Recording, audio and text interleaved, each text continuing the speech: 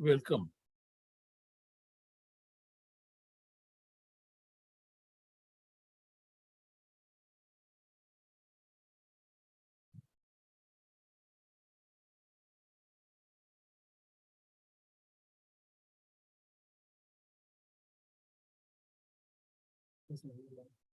मुझे कनेक्ट नहीं है मैं जो बोल रहा हूँ उसमें से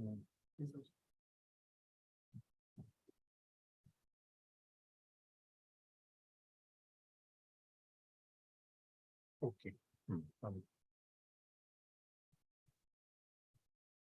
welcome. I welcome you all to this live session of the course samāsa in Pāṇinian grammar, the first course.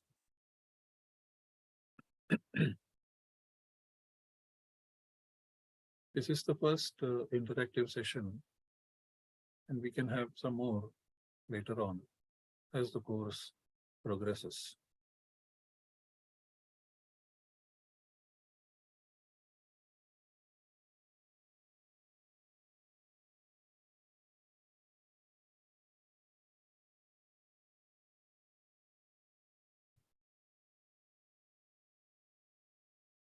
Namaste, Namaste Mahodaya.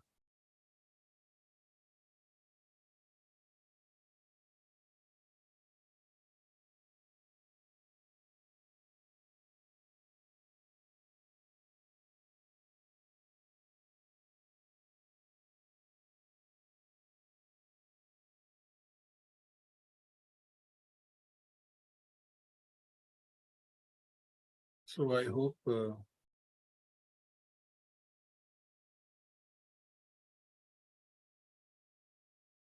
you are able to access the materials, lectures, as well as assignments.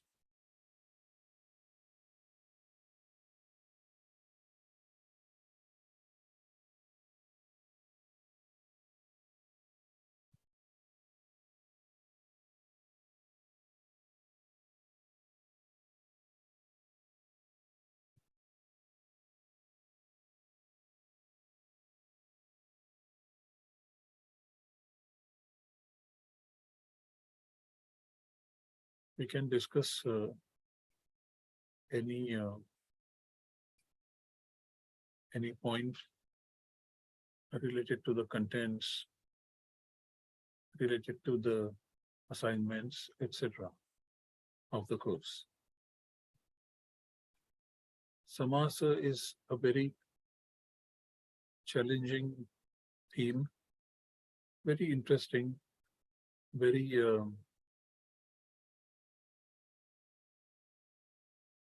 very much used, very much a strong word formation process in Sanskrit. And it is a small element, yet it can encompass, it can capture the entire essence sometimes of even a sentence. So it becomes extremely important to know some of the basics of the process of compounding. Generally, when we read texts like Bhagavad Gita, Srimad Bhagavad Gita, we do come across compound words. And if we know the internal structure of the compound, it makes the reading more lively, more interesting, and more insightful. As against if we read the text without fully grasping the internal structure of the compound words. So good evening.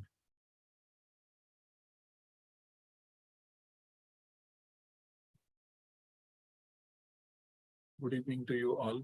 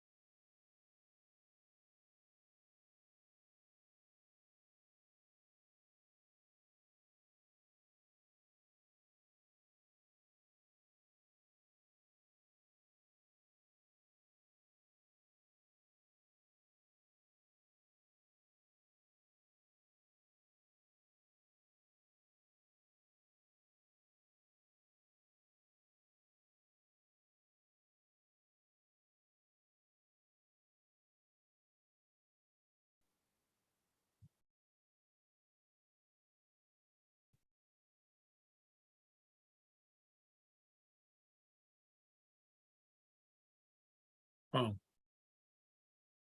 So there is a question, what is the meaning of Nirdishta Vishaya?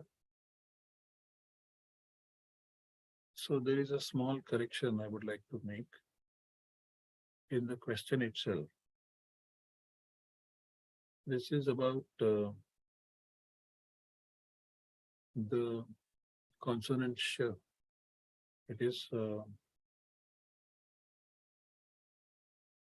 It should be Murdhanya sh and not the Talavya sh. So it should be Nirdishta Vishaya.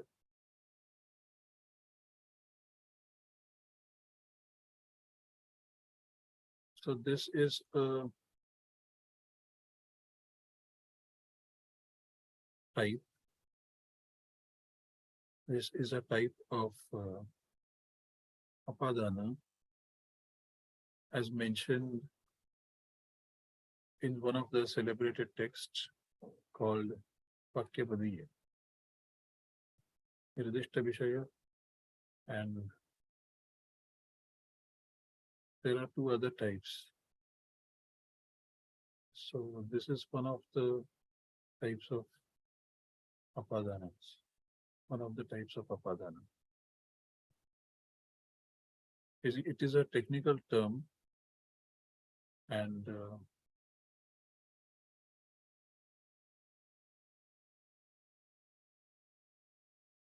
it is clearly explained in the chapter called Sadhana Sabuddesha of the third chapter in the Vakyapadiya.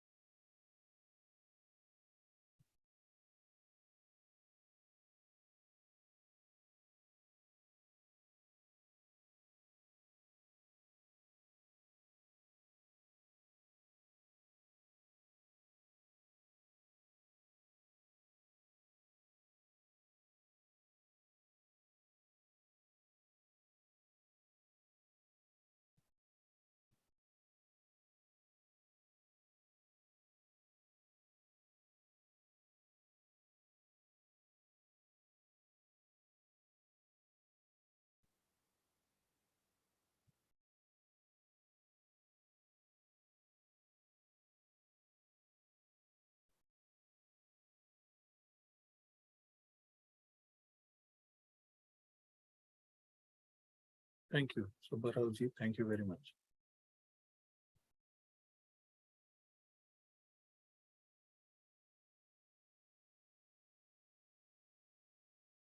There was a question about subluk. The term subluk was not clear. So I can explain it a bit. Subluk is the look of the sup. Look is deletion. Look is lower. This is caused by 2471 in the Ashtadhyayi. Supo dhatu pratipadika yoho. Now, as we have been saying, the samāsa is made up of two interrelated words. There are two subantas which are interrelated, which get compounded.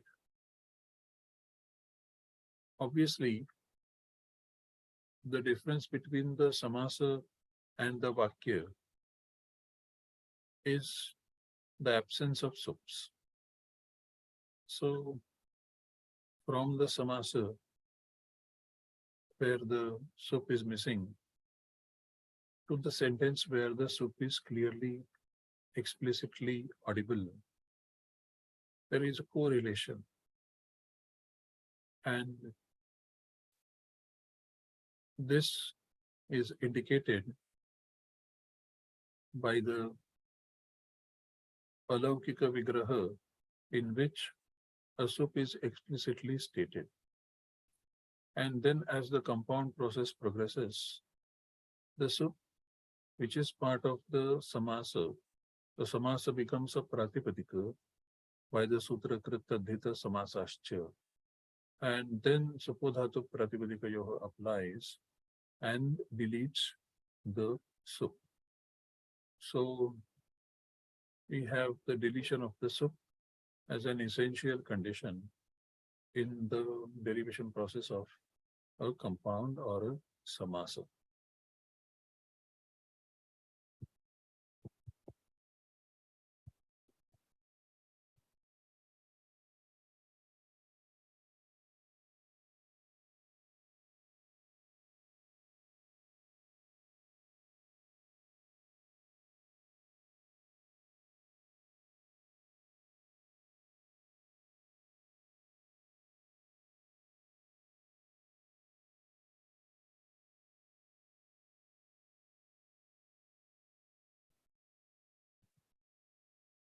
This is about Subhluk.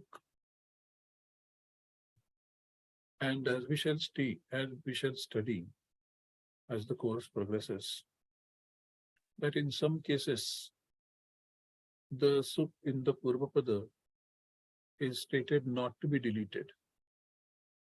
And so such compounds, they are termed as having a look as the feature, where the sup is not deleted. The sup in the Purvapada is not deleted.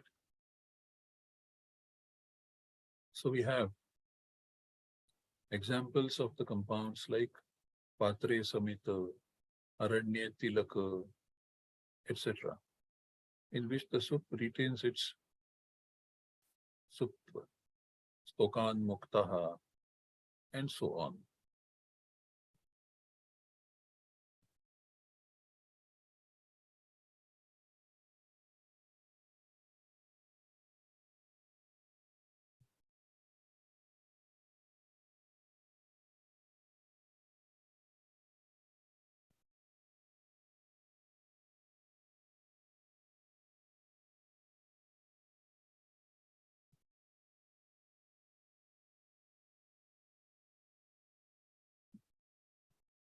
Oh, okay.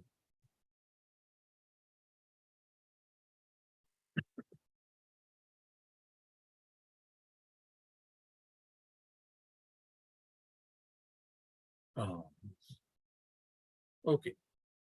So this is what is, after all, Subhluk.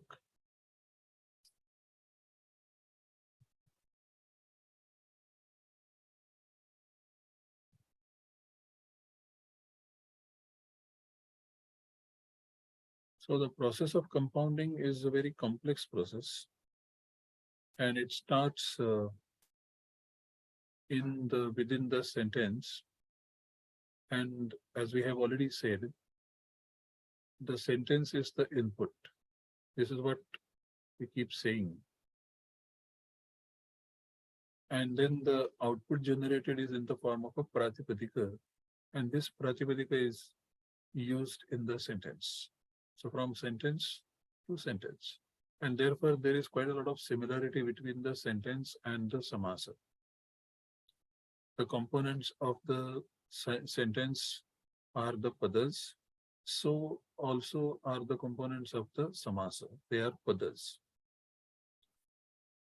as a by default theory. You cannot have a compound of non-padas. They have to be two subantas. And we have already discussed the samartha theory, which says that these subantas have to be interrelated.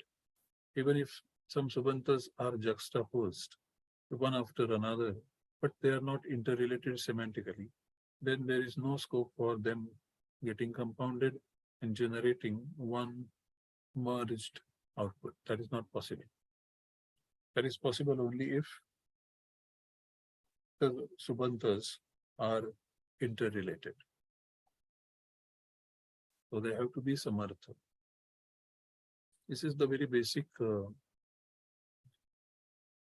principle that underlies the process of compounding.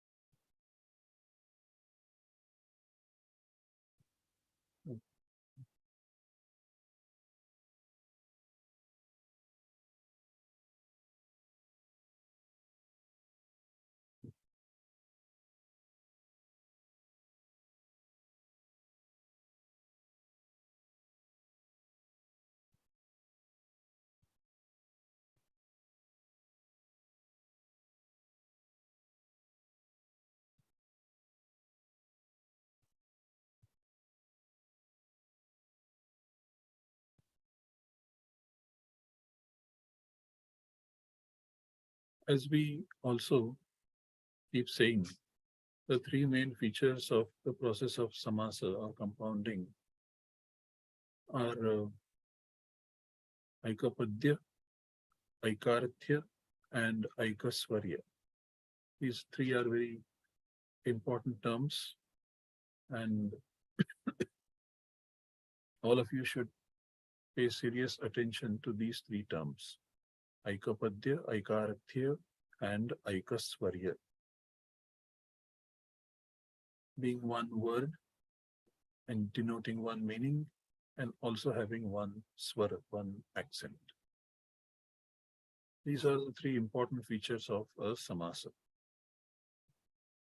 As opposed to when a sentence is there, each and every pada will have its own form, its own independent, separate meaning, and also an accent, which gets merged when the process of compounding happens.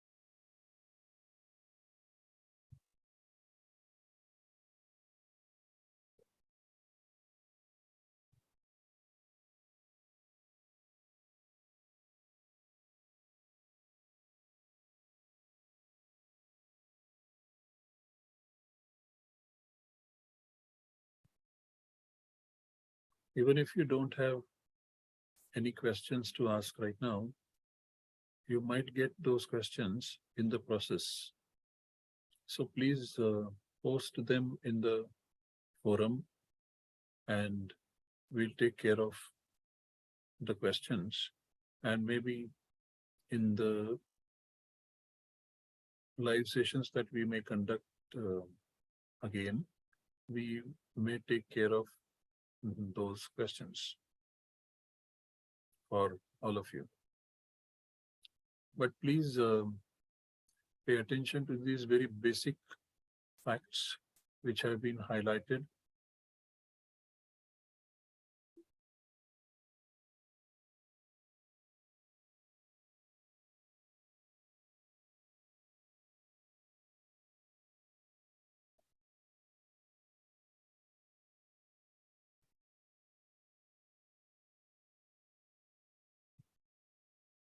Okay. So Nirdishta Vishaya, Upatta Vishaya, these are the types of apadana. These are the terms that are used, as I said earlier, in the text called Vakyapadiya in order to explain what is apadana. So these are um, these are explained in detail also in the other course called Introduction to Pāṇinian Grammar, and where the Karaka terms are discussed. So you may get more explanation of these terms. And there is a third type also, Apekshita Kriya. So these are explained in that course in detail. So please, I would request you to refer to those lectures.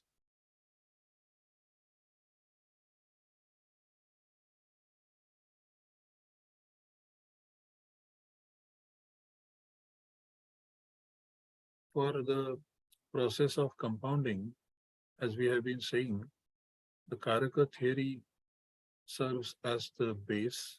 So, for example, in the Panchami Tatpurusha, Panchami Vibhakti Tatpurusha, that you will study later on, you will come to know that the Panchami Vibhakti denoting Apadana is stated to be compounded. So, Panchami Bhayena, this obviously refers to the Panchami that indicates Apadana. Now, in order to know this, you may need the explanation of what is an Apadana. And Apadana is explained in Pāṇinian grammar as Dhruvam Apaye Apadanam by this particular sutra in 1, 4 and 24 Ashtadhyay. Dhruvam Apaye Apadanam Vitrarthanam Bhaya Hetuhu Paraje Rasodhaha Varanarthanam Ipsitaha Antardhau Yena Darshanam Ichchati Akhyatopayoge Janikartuhu Prakritihi Bhuva Prabhavaha. In these many sutras, the term apadana is explained, and some of these they are upatta vishaya, some of them are nirdishta vishaya, and then the other one which are stated through some vartikas, lablope karmanyadhikaranech, they are part of the apekshita kriya, apadanas. Apadana is the point of separation. Point of separation when the action denoting the motion is what is being expressed, is what is being thought to be expressed by the speaker. So the point of separation in this motion, if the speaker wants to express it, the speaker will term it as apadana and will use it. Will express it with the help of the Panchami Vibhakti. And such a Panchami Vibhakti, which is internally related now, can be compounded. So Panchami Bhayena will function over there, and you will have the compound Chora Bhaya, which is going to come when we study the Vibhakti Tat Purusha. This is part of the later part of the course, third week or fourth week, or no, even later than that, fifth week, I think.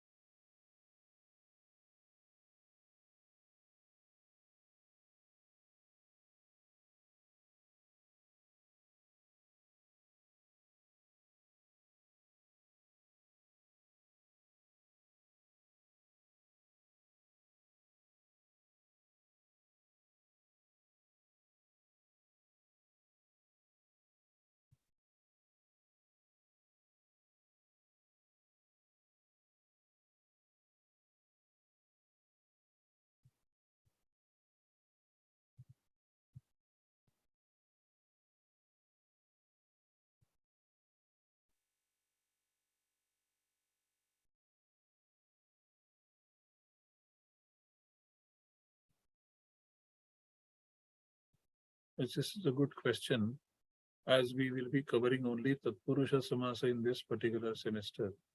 How many such semesters will be there for Samasa?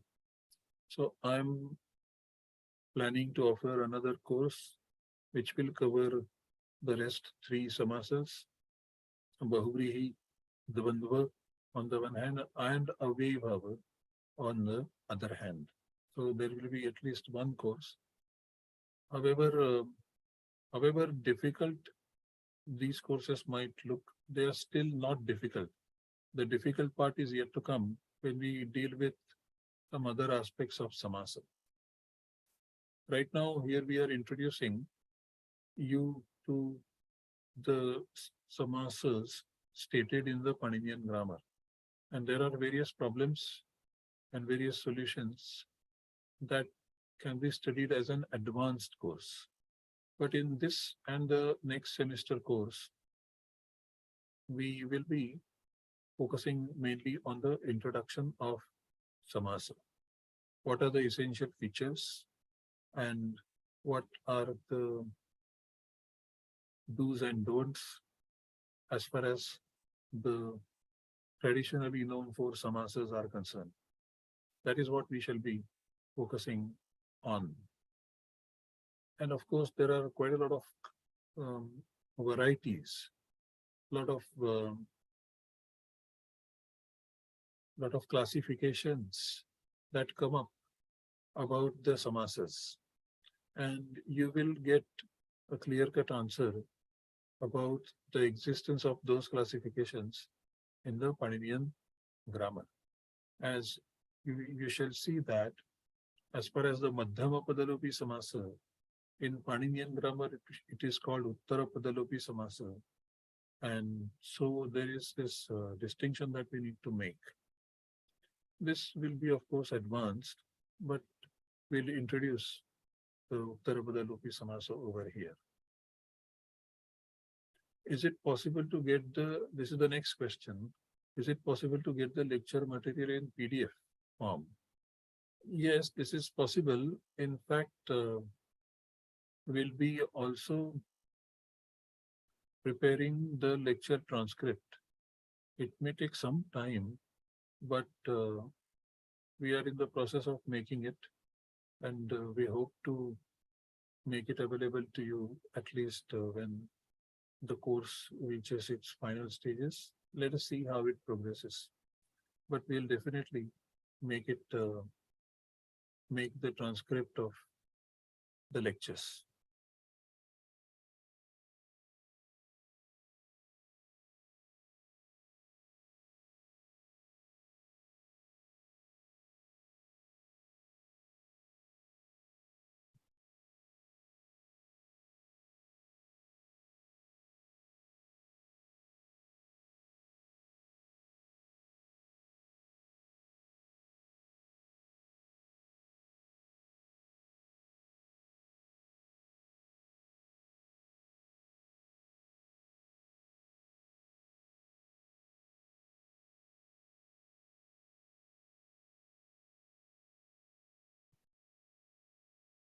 Yeah.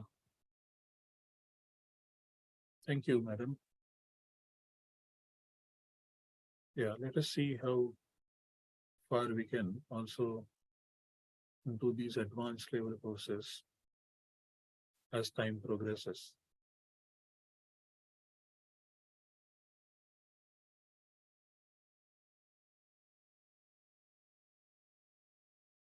As I have said in the initial lectures of this course, the use of samasa is profuse in Sanskrit as well as in modern Indian languages, where Sanskrit words are used in abundance, and many of them are the samasa words. And many times we don't realize that without realizing the structure of the words, the compounds, we either shorten them or we are, and then we modify them. And in the course, we don't pay attention to the fact that we are changing the meaning of the entire word. For example, there is this popular name called um, Partha Sarathi. So this is a Tatpurusha samāsa, Parthasya Sarathihi, which refers to Bhagavan Shri Krishna. Now, when a particular person is named Parthasarathi, and people have general tendencies to shorten the word, the name, so they do not pay attention to the fact that this is a compound and Parthasarathi means Krishna. And so obviously the short form of Parthasarathi would be Krishna. But you see, people do the short form and call the same person as Partha. Now, by doing so, they are referring to Arjuna, whose Sarathi is Krishna. So, this many times we do not pay attention to. And there are so many such instances around us which are related to the compound words. And if we take such words seriously, I mean, if we take the meaning of these words as, if we grasp the meaning of these words along with the compositionality, then probably our linguistic behavior will also reflect that logic, which sometimes doesn't. It doesn't cause too much harm, but still there are personal choices. I mean, you can choose to call somebody whom you're referring to as Krishna, and by short form you may be referring to the same person as Arjuna. It's up to an individual's choice. But there may be some people who want to refer to the same person again as Krishna. So for them, there are choices. Yes.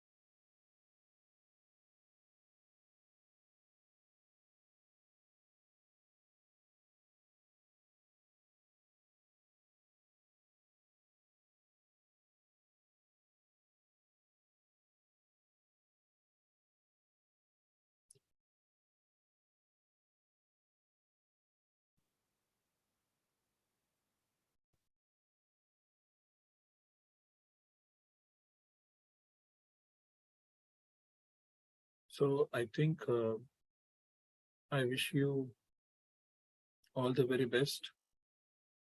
And as I know, the theme of compounding or samāsa is very interesting, but at the same time, it is challenging. So please pay attention to the basic facts and ask questions. I will definitely try to answer them and will clarify the issues when, as and when they arise. But I wish to encourage you to continue the study of this very, very important topic, namely the samāsa. We have used this, we have seen, if any of you remembers Srimad Bhagavad Gita, you do remember a statement saying, Tat samāsena me shrunu. This is in the 8th chapter, I think. Tat samāsena me shrunu. Okay, yeah, so we'll see the PDF lecture material. We'll try to provide. So Tat samāsena me shrunu is a statement in Srimad Bhagavad Gita, where the word samāsa is used. And this is in the sense of not compound, but rather a short and sweet and quick kind of reply, brief reply. So the word samasa is used there to denote the briefest available response, available material, briefest available statement. That is very interesting. So we all want to communicate something big through a very brief statement. That is, I think, a well-known tendency. But this is what the compound, the samasa, indicates. And however, it cannot exist on its own. That means that we don't have any language in the world where only compounds are uttered by people. Okay.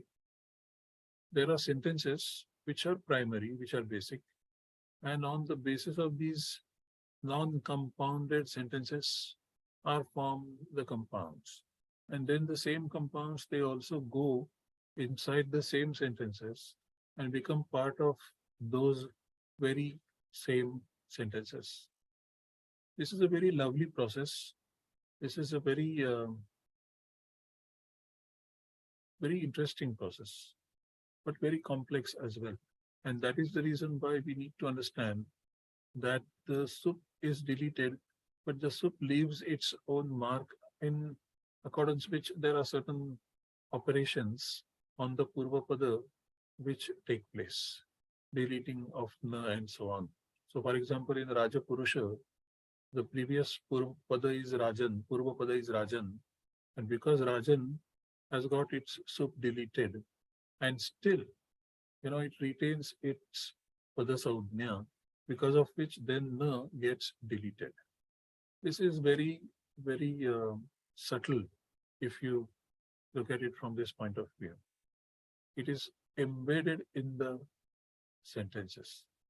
And that is the reason why sentence and samasa, vakya and samasa, they are treated by the later Pāṇinian grammatical tradition on par in some respects. This is very important.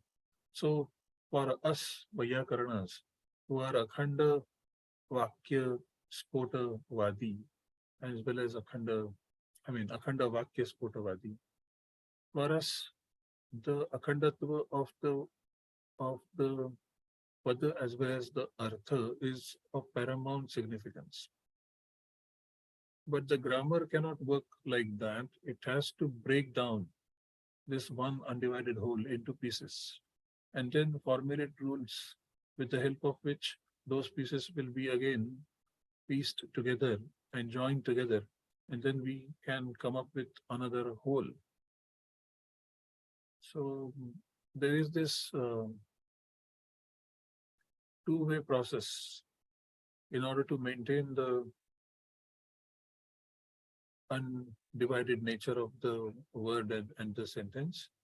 We have to accept certain principles, but then for the sake of grammar, there are some other principles that need to be accepted. And there is a balance that is being struck in Pāṇinian grammatical tradition, which is reflected in the derivation process of Subluk, etc.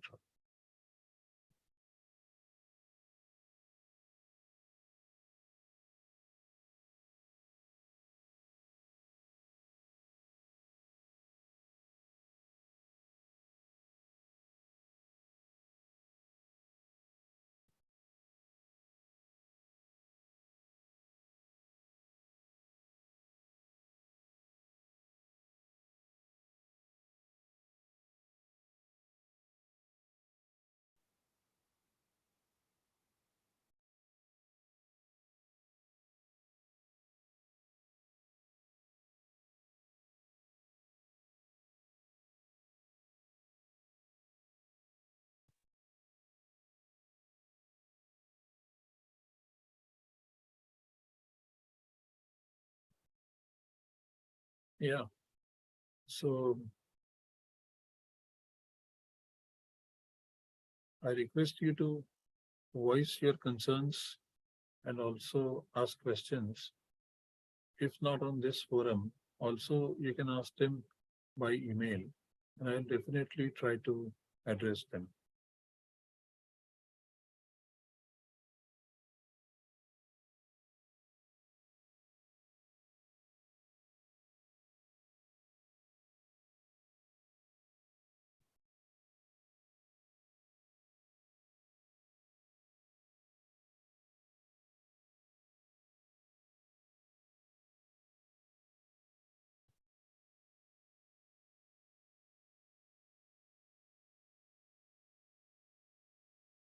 Okay. Thank you. Thank you, madam.